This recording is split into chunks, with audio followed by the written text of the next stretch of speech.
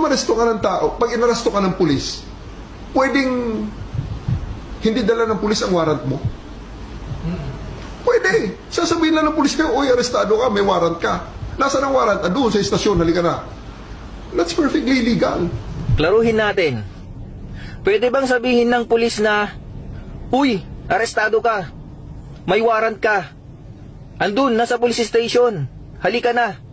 Sa senaryo na yan, hindi hawak ng pulis yung warrant, okay? Focus lang tayo sa statement na yan. Sabi ng batas, maling-mali po yan. Hindi pwedeng dalhin basta-basta yung tao kahit totoong may warrant siya.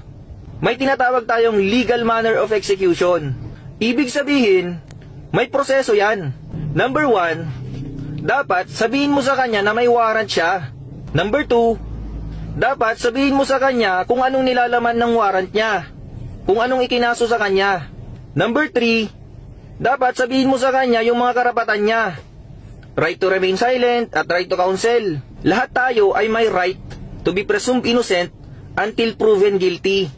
Number 4, pagkatapos mo siya arestuhin, dapat ipakita mo sa kanya yung warrant niya as soon as practicable.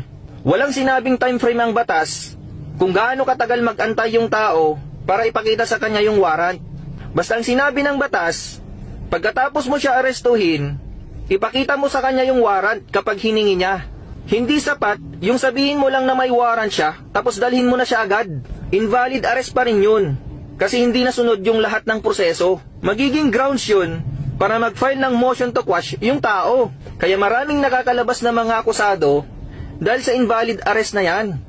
Para saan pa na nag-aresto ka kung mali lang din yung proseso?